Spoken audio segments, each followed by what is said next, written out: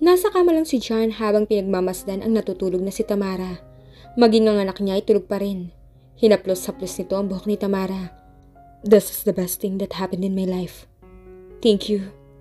Thank you, Tams. Buti na lang sa kwarto kita pumasok. You're so beautiful. Hindi ako magsasawang pagmasdan ka. Hanggang ngayon, parang hindi pa rin ako makapaniwalang ikaw ang babaeng yun. The girl who turned me on. Kahit hindi ko pa man lang nakita ang mukha. The girl I've been looking for. And occupying my mind since that night. You're different. I love you, Tams. Unti-unting dumilat si Tamara dahil sa mga halik ni Jan. Good morning. Agad na bati ni Jan. Medyo napatulala pa si Tamara nang mukha ni Jan na makita niya. Hindi ito makaimik kaya binigyan niya ulit ng halik sa labi na masuyong halik. You're not dreaming. Natawa pa siya ng mahina dahil mukhang naalimpungatan to at malamang iniisip nito kung totoo bang nakikita niya. Jan, mabilis na bumangon si Tamara. Tumalikod si Jan at kinuha ang bouquet ng bulaklak na nasa ibabaw ng side table na pinadeliver niya kanina pagising niya. Muli siyang humarap kay Tamara. For you. Nakagat ni Tamara ang ibabang labi niya. Kinuha niya ang bulaklak. Oh my God, he's so sweet. I swear kinikilig talaga ako. This is my first time nakiligin. She screams in her thoughts. Nakakahiya naman kasi para sa kanya kung titili talaga siya. Kinagat niya ng madiin ang mga labi niya to suppress the kilig feeling. Hinawakan ni Jen ang pisngi niya at hahalikan sana siya sa labi pero bigla niyang tinakpan ang labi niya. Why? Hindi pa ako nagtututbrush. Ngumiti si Jen at tinalis sa kamay niya. And so? I love you, he whispered against her lips. I love you too. Seeing your beautiful face in this morning's made my day. This is the best morning I've ever had in my 29 years of existence in this world. Sabi nito habang padampi-dampi ang labi sa labi niya. Napangiti naman si Tamara. Ang lakas mong bola ha. Hinalikan nito ni Tamara ng mabilis pero madiin bago lumayo. Dahil baka hindi na niya kayanin at magtitili na siya sa sobrang kilig. Magayos muna ako ng sarili ko. Tumayo siya at nilapag muna ang bulaklak sa table. Pumasok siya ng bathroom at humarap sa salamin. Pinagmamasdan niya ang sarili niya. I feel so beautiful today. Feeling in love. Kung kailan ako tumanda, tsaka naman ako kinilig ng ganito. Bakit nga ba hindi ako kinilig ng ganito in my teenage stage? Well, wala pa kasing dyan noon. Napangiti na lang siya at binuksan ang faucet, tsaka naghilamos at nagtoothbrush ng teeth. Nang matapos na ang pag-ayos, nagtungo siya sa pinto at pinihit niya ang pinto at lumabas. Pero bigla na lang siyang hinatak ni Jan na nag-aabang pala sa labas. Ang tagal mo naman. Sabay halik sa labi niya. Siya naman, wala pa nga atang 5 minutes. Parang 5 years and 5 minutes sa akin eh. Natawa ng malakas si Tamara. Ang baduy mo, hindi pwedeng 5 hours lang? Hindi na sumagot pa si Jan at siniil na lang siya ng halik sa labi. Mami! Tumigil ang dalawa nang marinig si Yam. Yam! Ngumiti lang si Jan at napahaplos sa ulo. Pumunta naman si Tamara sa kama at umupo. Kumusta ang tulog ng baby ko? Kiniliti-kiliti ito ni Tamara sa tiyan kaya napahagikik naman si Yam. Lumapit din si Jan at sumampa ito sa kama sabay buhat kay Yam. Sumandal siya sa headboard. Pinaupo niya si Yam sa tiyan niya paharap sa kanya. Yam, from now on, tatawagin mo na akong daddy ha. Tumingin si Yam kay Tamara na parang nagtatanong kung pwede.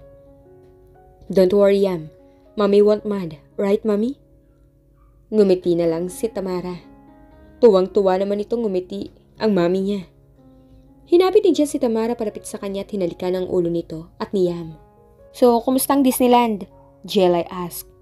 Disneyland pa rin. Nandun pa rin naman ang malaking mukha ni Mickey Mouse. Inikutan siya ng mata ni Jelay. You look happy, Rika says. Nasa opisina sila ni Tamara, nakaupo siya sa swivel chair niya. Epekto ng Disneyland siguro. Nakapunta na rin siya ng Disneyland pero bata pa siya nun. Buhay pa ang kuya niya nun. O baka naman... Jelay pauses for a while and smiled mischievously. Jan's effect? Sabay tawa ng dalawa niyang kaibigan. Napangiti ng gusto si Tamara at lumitaw ang pamumula ng pisngi nito. Sandali. Anong ngiti yan? May hindi ka sinasabi. Ano yon? Nakagat ni Tamara ang labi niya at nagpipigil mapangiti ng husto. Ano, Tams? Halos sabay ng dalawa. Kami na. Napapikit pa si Tamara na halos paanas. Halos matulala naman ang dalawa. Nagantay si Tamara na tumili ang dalawa pero wala siyang narinig kaya dumilat siya. Tulala ang dalawa na nakatingin sa kanya. Wow! Anong reaksyon yan? Kinuha niya ang nakarol yung blueprint sa ibabaw ng table at pinukpok ang dalawa. Hindi pa to panaginip? Baka naman nasa nightmare tayo ni Tams. Nakatulalang sabi ni Jelay. Nightmare talaga? Hindi ba pwedeng dream? Pinukpok uli niya ang dalawa ng mas malakas. O yan, para malaman yung nasa reality kayo. Napangiwi si Tamara sa biglang pagsigaw ng dalawa. Ano nangyari? Pumasok si Ana na parang gulat na gulat. Wala, Ana. Nagpapaka-okay lang tong dalawa. Natatawang sabi ni Tamara. Kala ko kung napano na eh. Lumabas uli si Ana nakakamot-kamot ng ulo. Oh my God, totoo ba talaga? No kidding? Sabi ni Jelay. Kailan ba ako nagbiro ng tungkol sa ganitong bagay? Never! Halos sabi ng dalawa. Anong nangyari? Nangliligaw ba siya sa'yo na hindi namin alam? Actually no, mangliligaw pa lang siya dapat kaso something happened. So, sinagot ko na lang agad. Oh, that's good. Buti naman at sinagot mo na. Diyos ko, isang himala to. Buti naman at hindi mo pinaabot ang isang taon. Natatawa na lang si Tamara sa dalawa. But wait, you said something happened. What was that? Parang umurong ang dila niya sa tanong na yon. Bakit ba nasabi pa niya yon? Did I say something happened? Wala naman eh. Oh, come on, Tams. Don't fool us. What was that? Lumakas na ang boses ni Rika. Grabe talaga mga to. Wala nga. Wait. Don't tell us. Oh my God. Napangiwi uli si Tamara sa hiyaw nito. Narating mo na ba ang ikapitong langit? Excited na tanong ni Rika. Anong ikapitong langit? God, have you done it already? Napaawang ang bibig ni Tamara pero bigla siyang napayuko. No. Oh my God, Tams, don't lie. Alam namin pag hindi ka nagsasabi ng totoo. Hindi nga, I swear. She raises her left hand. Bakit left? Agad naman niyang pinagpalit. Ayan, right hand, swear. Pinaningkitan siya ng mata ng dalawa na parang hindi na convince. Okay, fine. Muntik lang pero hindi natuloy. But why? Tili ng dalawa pero humina ang pagkakasabi ni Jelay sa batway na parang dismayado. I've stopped it. Pambihira naman, Tams. Bakit mo ginawa yun? Bulyaw sa kanya ni Rika. Ano ba kayo? Hindi pa ako handa. Hindi pa kami nun eh. Eh ngayon kayo na, anong bibigay ka na ba? Sabi ni Jelay. Hindi rin no. Ay Tams, pwede ba? Pambihira ka naman. Jen has his own needs na kailangan mong tugunan. Bahala ka, iiwang ka nun. Napapalo pa si Rika sa lamesa. Eh di pag iniwan niya ako dahil dun, ibig sabihin lang, hindi niya ako mahal. Ay peste, ewan ko sa'yo. Natawa si Tamara sa reaksyon ng mga kaibigan niya dahil parang ito pa ang problemado sa kanya. Tams, kailangan mo namang ilabas ang wild side mo. Oo na, pag nag-attempt uli siya, bibigayan na ako, patahimik lang kayo. Sabi na lang niya dahil hindi talaga siya titigilan ng mga ito. Kailangan may baby girl na ah. Excited na sabi ni Rika. Diyos ko, manahimik nga kayo ng baby girl. Ikaw Rika, ikaw magpaanak na, ang tagal nyo na ni Mark no. Pag narating mo na uli ang ikapitong langit, magpapaanak na ako. Natawa at nailing na lang si Tamara dito. Hi! Sabay-sabay na tumingin ang tatlo sa pinto. Lumapad ang mga ngiti ng dalawang kaibigan ni Tams pagkakita kay Jan na nakasilip sa pinto. Hi, Papa Jan! Sabay ng dalawa. Pumasok si Jan at pigil ang tili ng dalawa nang makita na may dala pala itong bulaklak. Lumapit ito kay Tamara at binigay ang bulaklak at akmang hahalik sana pero yumuko si Tamara. Dahil sa hiya sa dalawa, dahil para itong mga tanga na nakatingin talaga sa kanila. Mukhang nahula naman ni Jan ang nasa isip ni Tamara kaya sa pisngi na lang ito humalik. Hi, boring! Natawa si Jan at Tamara dahil sa pagkadismaya ng dalawa. Mauna na kami Tamsa, ang ikapitong langit, kailangan mo yung marating. Napanganga ng husto si Tamara at pinangdilatan niya si Rika dahil sa sinabi nito. Bye Jan, mag-attempt ka uli ha. Sabi naman ni Jelay sabay hagik-hik ng dalawa. Alis na nga! Pagmamaktol ni Tamara. Ano yung sinasabi nila? Wala, don't mind them. Mga baliw lang yun. Meron eh. Bakit namumula ka? Hindi blush on lang yan. Meron eh. Ano yung sinabi mo? Ano yun? Sabihin mo na. Niyakap siya nito mula sa likod. Wala nga. Meron. Sabihin mo na. Wala nga. Girl talk. Eh ano yung nag-attempt? Natikom ni Tamara mga labi niya, sabay iling-iling. Ang daya mo naman eh. Nagtampo-tampuhan si Jan, tumagilid si Tamara ng upo at biglang yumakap dito at siniksik ang mukha sa balikat ni Jan. Jan, wag mo na akong tanungin tungkol Jan, wala lang yun. Sige na nga, hindi na. Kiss mo na lang ako para hindi na ako mangulit. Kumalas ang yakap si Tamara at tumitig kay Jan. Grabe, ang gwapo-gwapo talaga ng boyfriend ko. Napangiti si Tamara. Bakit? Tanong ni Jan dahil sa pangiti nito. Hinawakan ni Jan ang pisngi niya at dinampian ng halikan labi niya. Wala. Wala ulit, namiss kita. Hinalikan uli nito sa labi. Kahapon lang tayo naghiwalay miss agad. Hindi na sumagot si Jan, hinalikan uli siya nito sa labi. Masyadong intimate agad. Tinugon naman ito ni Tamara. Mas hinigpitan ni Jan ang pagkakayakap sa bewang niya. Habang si Tamara nakahawak naman sa mga balikat ni Jan, tumigil ito sa paghalik. Dragis ba ang labi mo? Sabay halik uli. Bakit? Nakaka-adik eh. Nahihili ka na sa pick-up line. Idol mo ba si Mike? Ha? Hindi yung pick-up line. Pero pwede ngang pang pick-up line no? Wala naman talaga siyang pinaghanapan ng salitang yun. Talagang hindi niya lang kayang pigilang halikan nito. Masyado na siyang nalulunod pag hinahalikan niya si Tamara. Tsaka hindi ko idol si Mike. Baka nga yun pa ang idol sa akin eh. Napangiti lang si Tamara. Ang ganda-ganda mo, alam mo ba yun? Ang gwapo mo din. I know. Tiyapang. Biglang napalingon ng dalawa sa pinto nang may kumatok. Kaya tumayo si Tamara at inayos ang sarili. Bumukas ang pinto at si Mike ang niluwanon na may dalang bulaklak. Nakangiti ito pero nawala ang pagkakangiti nang makita si Jan. Binigyan naman siya ng intimidating look ni Jan. Hinalukip-kip pa nito ang mga braso. Mike, hi! Hi, Tamara. Lumapit si Mike dito kaya agad na tumayo si Jan. For you. Binigay ni Mike ang bulaklak kay Tamara at akmang bebeso ito pero bigla na lang niyakap ni Jan si Tamara mula sa likod niya. Thanks dude, pero next time huwag ka magbibigay ng bulaklak sa girlfriend ko. Medyo seloso ako eh. Napabuntong hininga si Mike sa sinabi nito. Really? Kayo na? Ang bilis Mahal namin ang isa't isa eh. Tumatagal lang ang ligawan pag one-sided love, right baby? Then he gave her a peck on the cheek. She can't help but smile like a fool. Naiilang siya sa ganitong scene. What brings you here, Mike? Wala naman, naisip lang kitang puntahan. Have a seat, Mike. Offer niya dito at umupo naman si Mike. Bitawan mo muna ako, pwede? Bulong niya kay Jan. Bumitaw naman ito, umupo siya sa swivel chair at umupo din si Jan sa tapat ni Mike. Mike, yung gagawin ko sa pad mo siguro after 2 weeks tapos ko na yung rest house ni Jan. Then, isusunod ko na yon. Ipagawa mo na lang yon kila Aiken at Jelay. Sabi ni Jan at hinawakan pa ang kamay niya. Hindi pwede, nakakahiya na kay Aiken. Tsaka isa pa, hands-on ako sa mga projects ko. Sumimangot si Jan. Sandali lang. Tumayo si Tamara at lumabas muna ng office. So, kayo na pala ni Tamara. Congrats, you're lucky. I know, thank you. She is a sensible woman and so genuine. Alagaan mo siya. You don't have to remind me. Gagawin ko talaga yon. Walang kakurap-kurap ang mata ng bawat isa na nakatitig sa isa't isa. Sinasabi ko lang, baka masaktan mo siya. Ang matinong babae pag nasaktan, mahirap pa amuhin uli. Biglang pumasok ulit si Tamara at tumayo naman si Mike. Tamara, I have to go. Okay, tatawagan na lang kita, Mike. Okay, bye.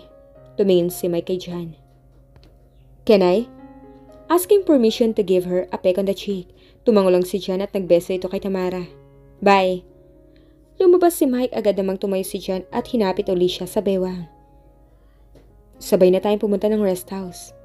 Pupunta ka uli? Wala ka bang trabaho? Meron pero mas gusto kitang kasama eh. Sounds so sweet pero kailangan mong kampanan ng pagiging COO mo, Mr. Miller.